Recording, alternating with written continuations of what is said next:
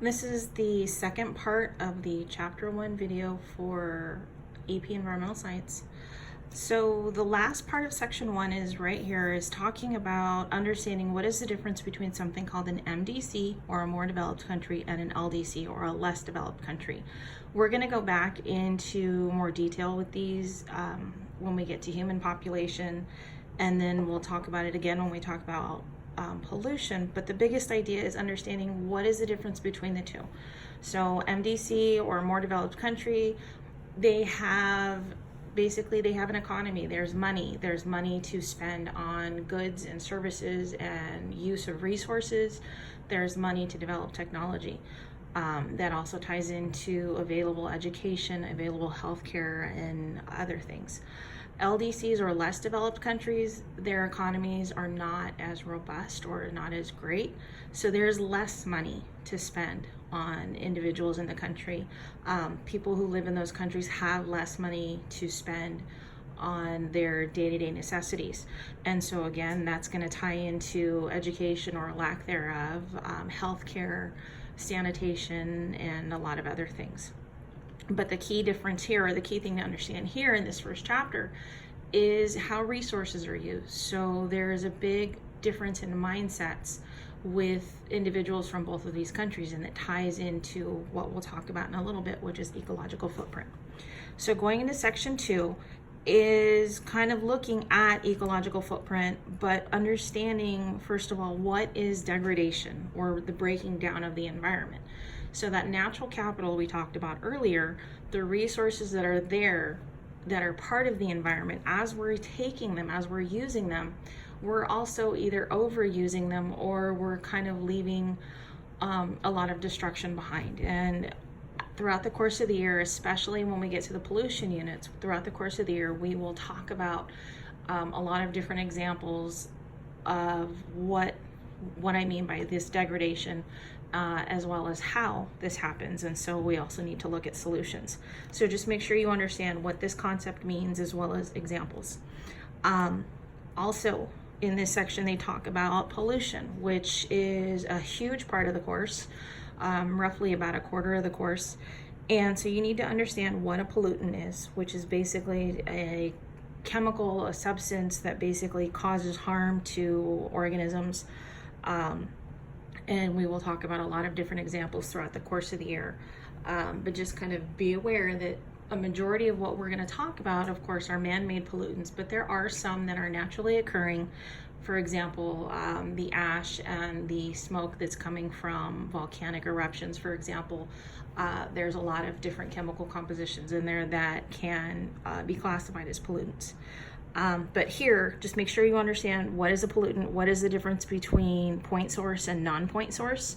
So point source, like in this picture right here with the smokestacks, we can identify exactly what point that pollution is entering in the atmosphere.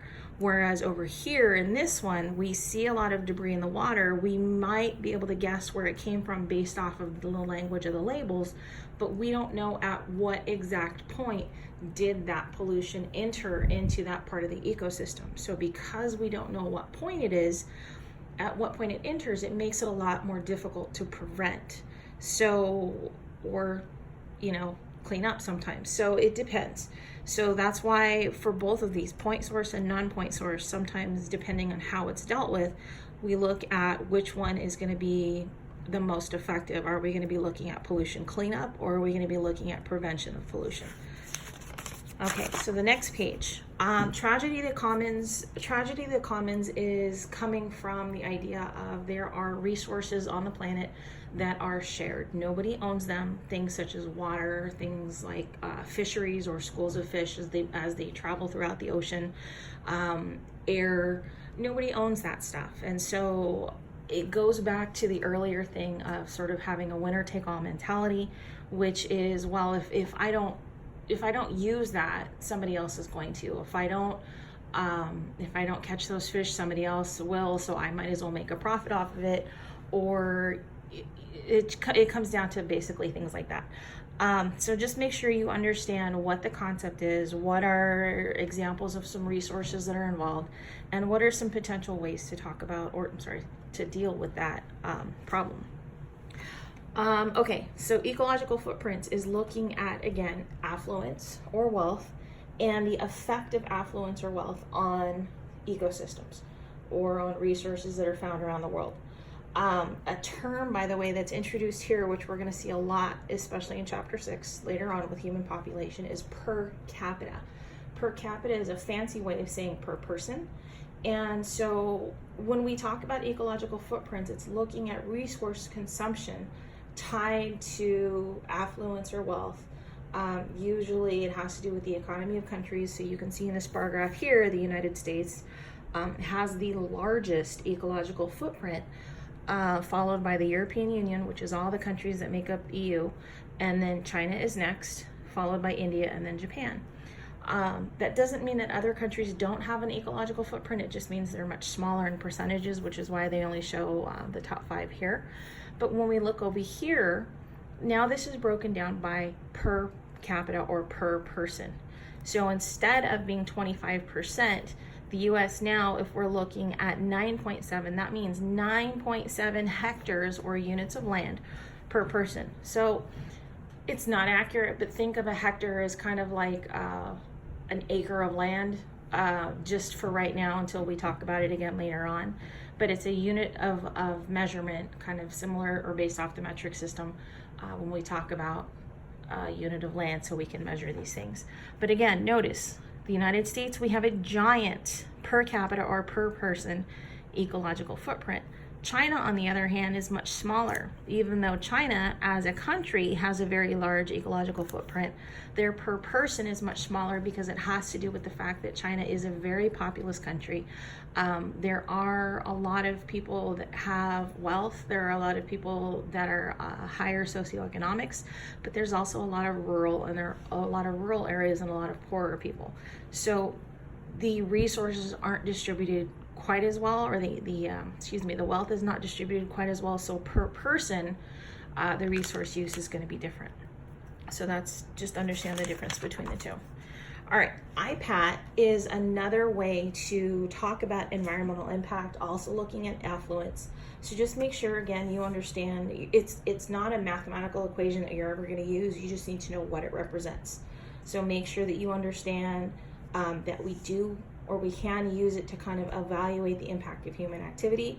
Make sure that you understand what's going to be the difference between MDCs and LDCs, and this graphic over here is really helpful with that, so make sure you're paying attention to that. Just like at the beginning of the chapter, there's going to be case studies that are embedded throughout the chapter. So for example, right here you see one inside. Remember, environmental science is not like biology or chemistry or physics. And a lot of experiments, a lot of concepts are it's not possible to replicate in a classroom lab or in a lab someplace. So a lot of these things are out that have happened in the environment.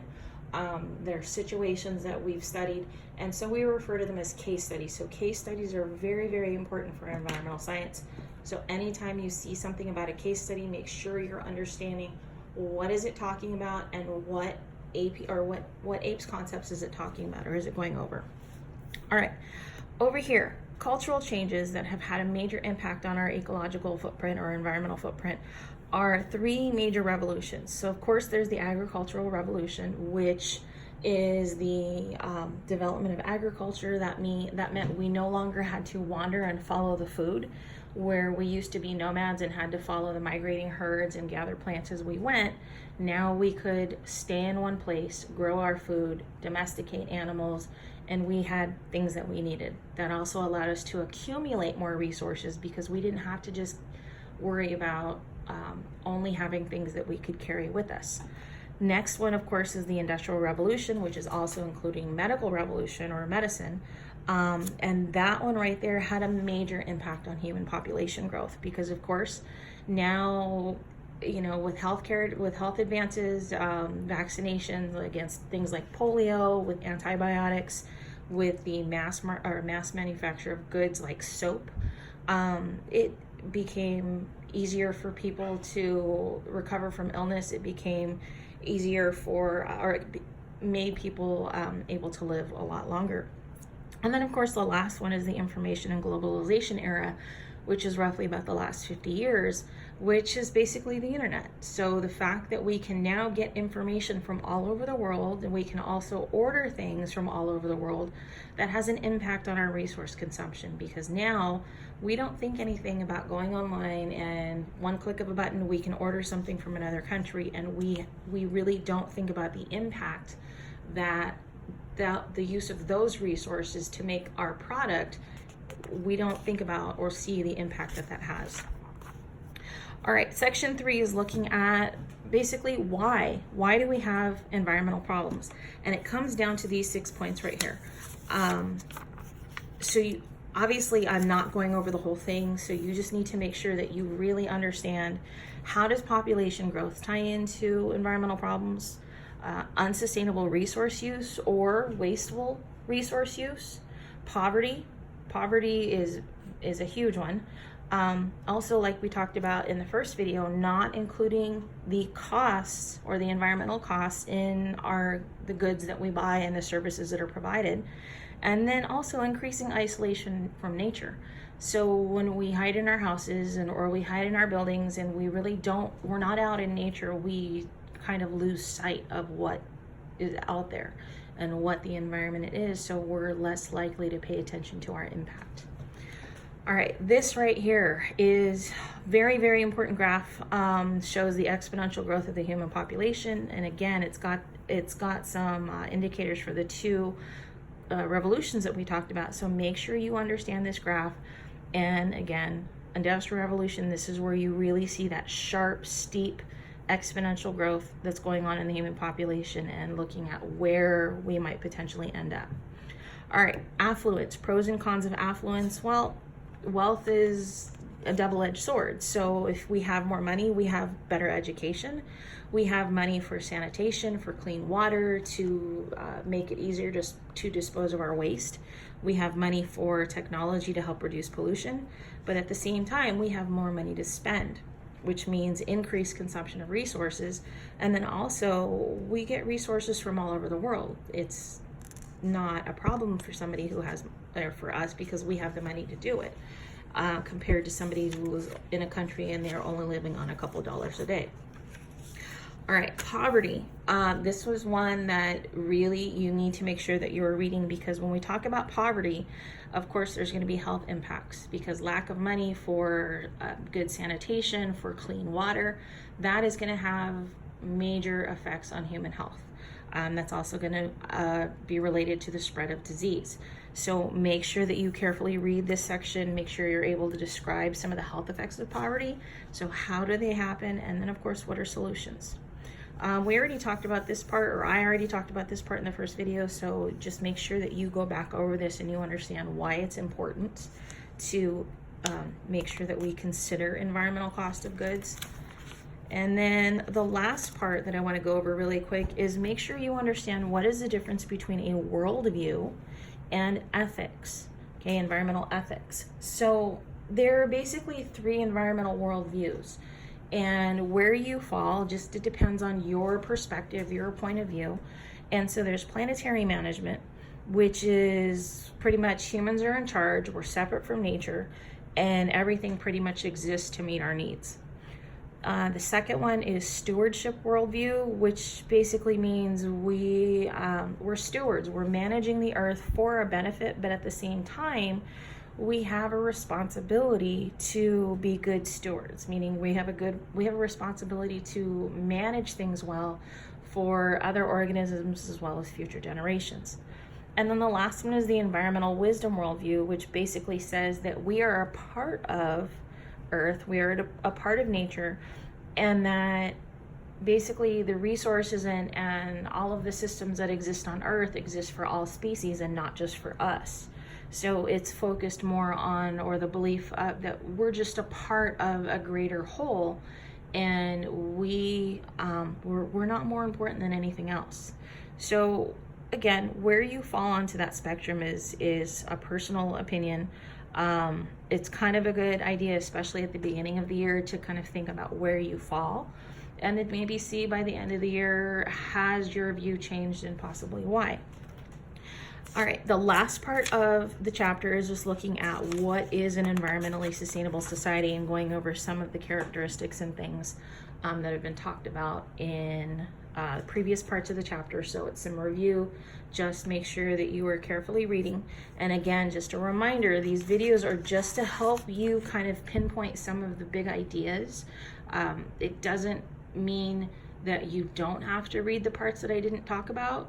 You're still responsible for that. This is just kind of a fast overview to help you as you're navigating through the chapters.